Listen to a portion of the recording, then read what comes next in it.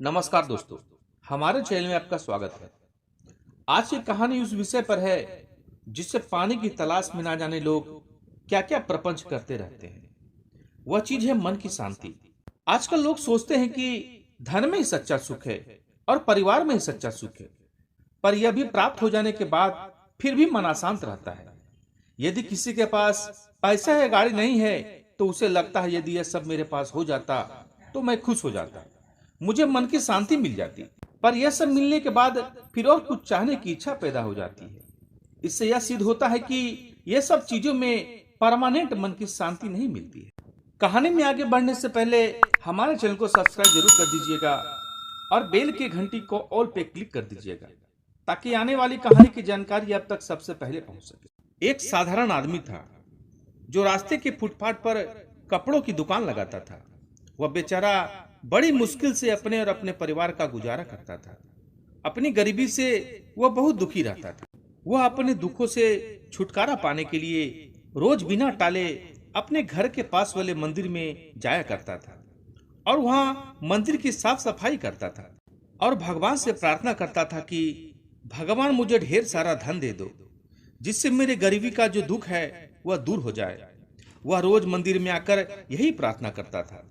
रोज मंदिर में आते देख एक बार भगवान ने उसको दर्शन दे दिए और कहा, मैं तुम्हारी सेवा से अति प्रसन्न हूँ। तुम मंदिर में इसलिए सेवा करते हो ना कि तुम्हें बहुत सारा धन मिले और तुम्हारा व्यापार अच्छा चले। वह गरीब आदमी बड़ी सरलता और ईमानदारी से जवाब दिया, हाँ भगवान, यही तो एक कारण है कि मैं यहाँ रोज आता हूँ। गरीबी की वजह से ना मैं अपनी इच्छा पूरी कर पाता हूँ और ना ही परिवार की। ना जाने मेरे जीवन में सुख के दिन कब आएंगे। भगवान ने उससे कहा, तुम चिंता मत करो, अब तुम्हारे अच्छे दिन आने वाले हैं। मेरे जो भक्त सच्चे मन से जिस वस्तु की कामना करता है वो उससे जरूर मिलता है।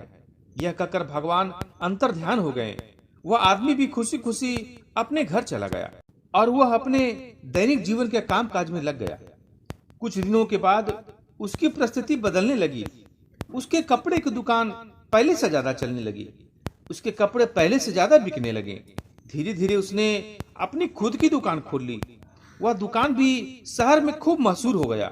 वह काफी पैसे वाला सेठ बन गया। अब वह आदमी अपने दुकान में इतना व्यस्त हो गया कि उसे भगवान के मंदिर जाने का समय नहीं मिलता था। वह आदमी इतना व्यस्त हो गया कि भगवान के मंदिर तो दूर भगवान को ही भूल गया। कई सालों तक दुकान ऐसे ही चलता रहा और वह दुकान चलाते चलाते काफी बूढ़ा हो चुका था। अचानक एक दिन उसे भगवान की याद आई और वह मंदिर में आकर धीरे धीरे साफ सफाई करने लगा। भगवान फिर से उसके सामने प्रकट होकर उसको दर्शन दिए और पूछा, बड़े लंबे समय बाद आए हो, सुना है बहुत बड़े सेठ बन गए हो, क्या अब भी जीवन में तुम्हें कोई कमी है जिसे तुम पूरा करने मंदिर की फिर से सेवा करने आए हो? वह बूढ़ा आदमी बेचारा भगवान की तरफ देखता ही रह गया। उसकी आंखों से आंसू बह रहे थे।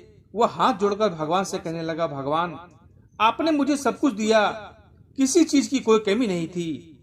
बेटा बेटी की शादी भी अच्छे खासे घराने में हुई, लेकिन यह सब होते हुए भी मन की शांति नहीं मिली। हमेशा मन करता था कि मंदिर आऊं, मंदिर आकर आपकी सेवा करूं, लेकिन कर नहीं पाया। भगवान ने उससे कहा, मैंने तुम्हें सब कुछ दिया जो तुमने मांगा था। रही बात मन की शांति की, वो तो तुमने मांगी ही नहीं थी।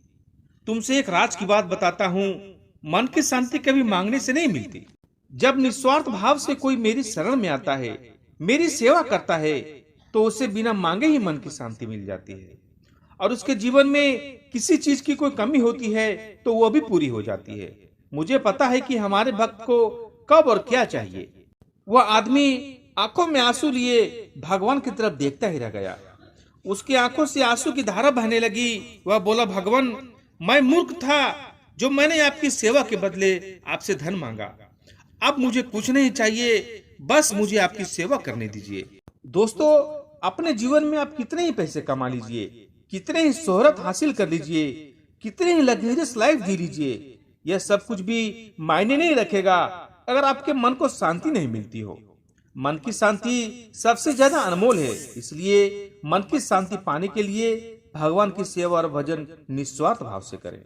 आपको यह कहानी कैसी लगी कमेंट में जरूर लिखिएगा और हमारे चैनल को सब्सक्राइब जरूर कर दीजिएगा। धन्यवाद।